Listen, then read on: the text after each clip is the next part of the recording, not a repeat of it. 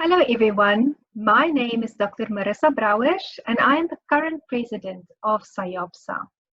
SAIOPSA stands for the Society for Industrial and Organization Psychology in South Africa. We are a member-based, non-profit organization which is established to enhance the industrial psychology profession in the South African context. SAIOPSA exists to serve its members, and we also strive to create opportunities in which industrial psychologists will be able to deliver efficient and effective services to the benefit of all in South Africa. As you all know, we are currently faced with a worldwide health concern posed by the COVID-19 pandemic. We find ourselves in an unprecedented and unimaginable situation, a situation in which a growing concern and uncertainties around the coronavirus outbreak can be felt by all of us. And one of the things that we need to ask ourselves as industrial psychologists during this time is, what is our role as the industrial psychologist during and beyond the time of COVID-19? Therefore, I have invited our guest today to speak to us about the role of the industrial psychologist, Professor Lene Graupner. So, Professor Graupner is a registered industrial psychologist at the Health Profession Council of South Africa. She's currently the Deputy Director at the School of Industrial Psychology and Human Resource Management at the Northwest University Potchefstroom campus. She started her career in the police service, SAPS, and she was responsible for managing the well-being of all the police personnel in the Northwest province. After 10 years in the police service, she joined the university, where her subsequent teaching experience of the past 12 years included preparing emerging industrial psychologists in applied counseling and trauma management in the workplace. She's also an NRF-rated researcher with the main focus of equipping industrial psychologists in the workplace, especially with counseling skills they require to address the human capital needs in South Africa. She's very much involved in the industry as a mentor, a counselor, a life coach, as well as a supervisor for industrial psychologists. And I'm also proud to say that she has served as an executive member on SAIOPSA in South Africa. So, Professor Graupner, welcome and thank you very much for joining us today. Thank you, Marissa. Thank you for the opportunity. Right. So, Professor, we would like to know, what do you think is the role of the industrial psychologist during this time of the COVID-19, and not during this time, but also beyond the COVID-19 pandemic? Thank you. Well, as you have started, when you started saying that we are finding ourselves in a position that we have never been in before in the entire world. Apart from the physical threat to our humanity, the size and the scope of the economic crisis is the largest that we have ever seen in our lifetime, perhaps a couple of lifetimes. So the situation is that COVID-19 brings a lot of change and adjustments that we need to make. We are living in a high-stress environment, apart from the fact that we have the fear of obtaining the infection. People are sitting at home, working from home, even though we are in our pajamas baking banana bread and sharing our funny stories on the social media. The situation is that employees are stuck at home. They are washing and cooking, homeschooling, and amidst all of this is the uncertainty of, will they still have their jobs? Will there be pay cuts? What is the situation for us when we return back to work, if we will return back to work? Yes, so the theme very much for me now that we are facing in the workplace and in the world is a theme of fear and a theme of loss. So the theme of fear, apart from the fear of the infection, is the fear of what is going to happen to the world as I know it. What is the new normal? And then the sense of loss of all our securities. Now it doesn't matter what type of car we are driving or what type of job we are having. The situation is always safe, or our family members safe. So our role as I see it is we are the practitioners that is in the organizations where these employees are working. We are the ones that understand the work-life balance that is very challenging now, and we are the ones that can support, follow up, identify, and refer currently. Yes, so just in short, that's how I see it currently. I don't know if you just want to add there. Yes, thank you very much for that. And I think it's very important to highlight the big role that industrial psychologists at this stage plays, especially within the workplace, with all these uncertainties that we currently face, and how to manage those uncertainties within the workplace, because we have people with uncertainties that we will need to manage. So as an industrial psychologist, we usually are faced with what our scope of practice entails and what the boundaries are in terms of that. So what are we as industrial psychologists actually allowed to do that based on the scope of profession from the Health Profession Council during this time? Yes, I would just like to perhaps link up with Colonel Neil of Tuesday evening's event. He so nicely said that we as industrial psychologists tend to shy away from abnormal behavior since we think it's a clinical scope. But we have a huge role to play because we are the first line of contact for a lot of employees. So we form part of a healthcare network, and we should know what our place is. I don't really know if we understand our place, and it's actually in 4 official HPCSA documents. That's our responsibility to provide psychological support and counseling. So yes, in context, we are psychologists. We function in a scope of profession with other psychologists, and we have a huge role to play.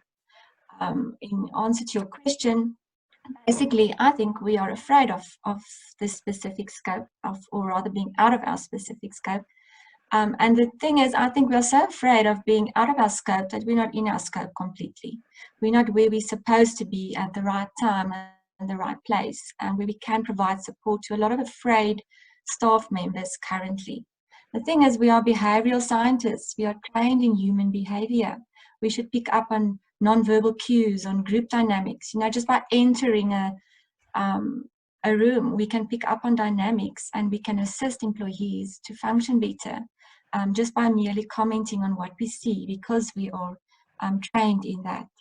So the 4 official documents that I'm referring to, I just set the scope of profession, published in the Government Gazette, 16 September 2008. I'm just going to quote there, if it's okay, I'm going to quote from a few documents. The following acts shall be deemed to be acts specially pertaining to the profession of psychology, where we form part of. A says the evaluation of behavior, mental processes, personality adjustments or adjustments of individuals or groups. B says the use of any psychological method or practice aimed at aiding persons or groups in adjustments. H says the use of psychotherapeutic methods, techniques, or procedures to rectify, relieve, or change personality, emotional behavior, etc. Apart from that, we have what we know as the scope of practice that we refer to often. I think we know that by heart by now, which A says apply principles of psychology into the workplace in order to understand, modify, enhance individual or group behavior, organizational behavior. We also know C, facilitating individual and group processes for effective organizational functioning. And D, we know so well, is the intervention programs. I would like to refer, though, to the SGB document, the standard generating body. That's the minimum training, standards of training we actually have, that has been published on the HPCSA website, February 2019. They so eloquently give us the definition of, we are aimed to ethically explain, assess, and influence human behavior and its reciprocity at individual, group, and organizational levels, with all efforts directed at human flourishing. Listen to this, the minimum competencies they state in the SGB document says we are supposed to have the ability to conduct needs and risk analysis for groups, individuals, and organizations' well-being and effectiveness. Actually say that at paragraph 2b, we should have knowledge of the theory and practice of more than 3 evidence-based models of psychological therapy. In 3a, they say we should diagnose and assess human behavior in a variety of workplace-related settings with techniques and theories of psychology. And C, they say that we should select and apply instruments in order to assess, for example, trauma, stress, and burnout. And what stands out for me is in, I think it's 4, professional practice. The last one that says E, that says interventions to identify, understand, and promote various aspects of psychological well-being and resilience, including the ability to provide short-term counseling as part of individual and systemic interventions such as post-trauma counseling, crisis counseling, and job stress-related counseling. And they specifically refer to principles of psychology, looking at health challenges that influence employees. And then lastly, and I'm talking a lot now, we can discuss this, Form 218. My personal favorite, this is our intern document. We all were interns at some stage. Paragraph 313 says we should be able to diagnose workplace-related psychopathology, such as stress and burnout, and general psychopathology, such as depression and psychological trauma. We should have a sufficient component of basic counseling skills, which is trauma counseling programs, counseling sessions. We should have appropriate referral procedures. And then they say, please note, industrial psychologists do not provide treatments, that is individual psychotherapy. Limit their scope of practice to diagnosis of workplace-related psychopathology, exposure to short-term systemic and individual interventions, referral, and then collaboration with the professionals we refer to. They say it is, however, expected that the industrial psychologist should be able to structure and conduct basic counseling, example, trauma debriefing and stress. The focus here is on short-term counseling and helping skills rather than long-term interventions. We are not supposed to conduct psychotherapy. And then they include here physical and psychological health challenges that impact employee wellness, which is very much where we find ourselves now. The point I want to make with everything that I said now is just the official document says this. They give us very, very clear boundaries where we fit in terms of providing psychological support, counseling in the workplace. And I find that we shy away. We are afraid. I hear this so often if I ask this, that this is not in my scope, but it very much is. And I think we should step up and take this place because it is a void. And I think my feeling is employees are suffering because of this, that we are not in the place where we should be. Yes, I agree. We should definitely take our role, and that is a great guideline to know what is our boundary in terms of the scope. So we are able to diagnose psychopathology. We are able to a certain extent to give counseling and trauma debriefing and interventions within the organization. And we are allowed then, if it escalates, to refer to another healthcare practitioner. So, Professor Graupner, when do we know when to refer to another healthcare practitioner? Right. The thing is, you should know what to refer. And to know what to refer, we should know the principles of psychology, which I often find that we do not get training in enough. So that is my life purpose as a lecturer, is to see that we get this training in psychological principles, psychopathologies, abnormal behavior. And the other thing is referral is a skill. So you can't just merely, if someone says, I have this and this problem, highly unlikely that they will know what problem they have. Say, all right, here's a number, contact this clinical psychologist, for example. Often is a process which can take up to 3 counseling sessions to find out what is the situation, what is the situation the staff member is in, and how can you accurately refer. So everything I said just now, we see that we are allowed to diagnose.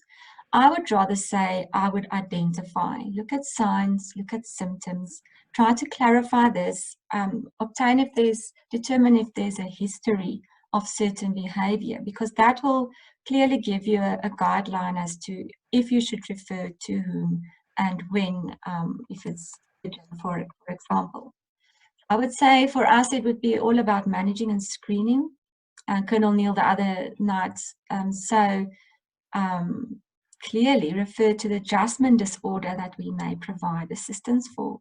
And you just now also referred to what is our role beyond COVID-19. I would say this is very much where we would fit in, is managing the change, the exposure the employees had now to a major adjustment they had to make. And obviously there will be some adjustments and there can be disorders related to that. So yes, so look at the history. And when will I immediately refer suicidal behavior or attempts? And again, Colonel Neil, I'm referring a lot to him now, but what he said was just so relevant for us. And that is immediately refer the person to casualty at the hospital, the local hospital.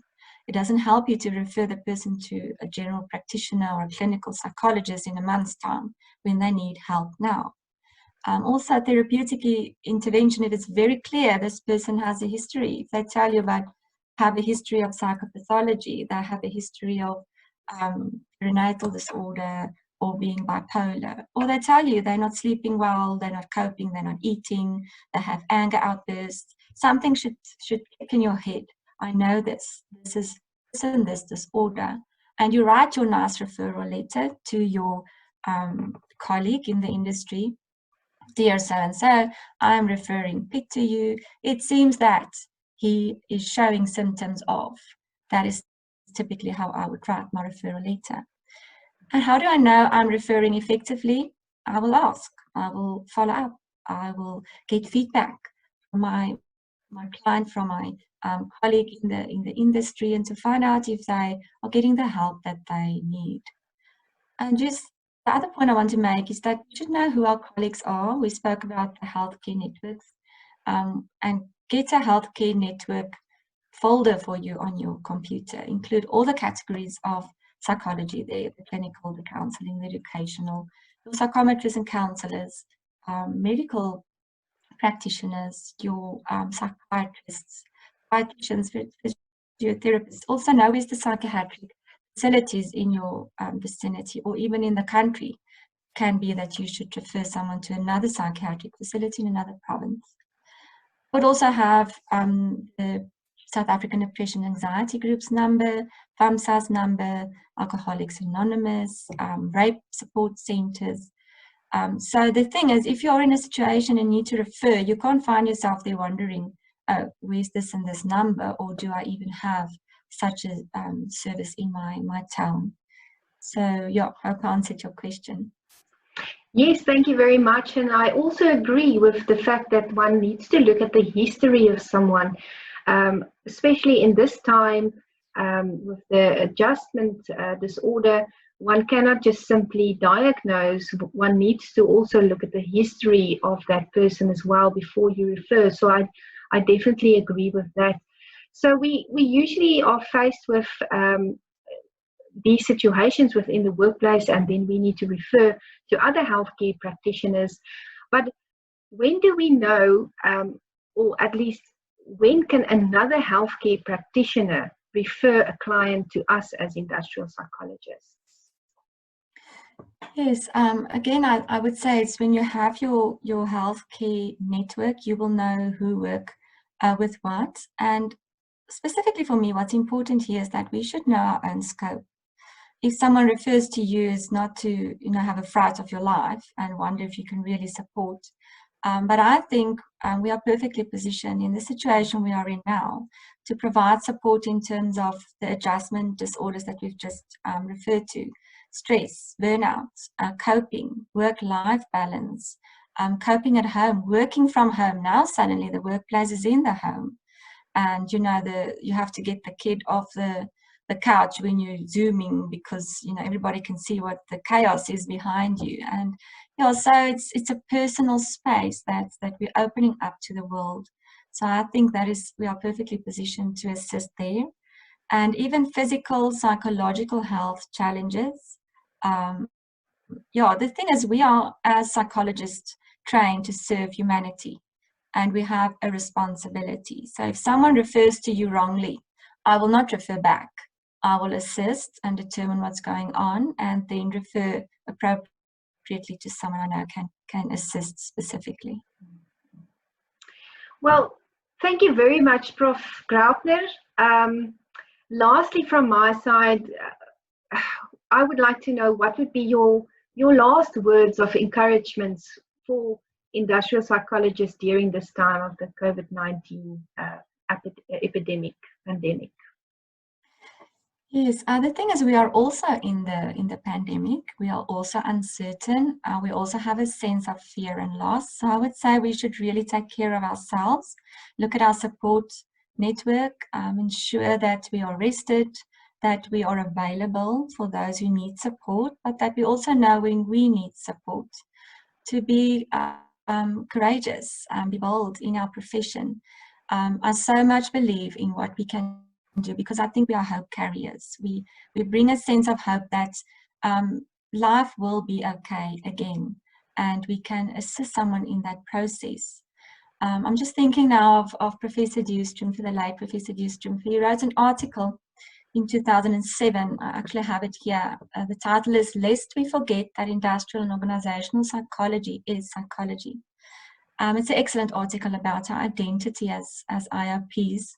In your reference just now to what does the future look like after COVID, or after the lockdown process, he refers to 3 roles, and I would like to encourage us with this beautiful words. He says, firstly, we are pensive watchers, caring for others' feelings. We have the skill that's needed to constantly work with people.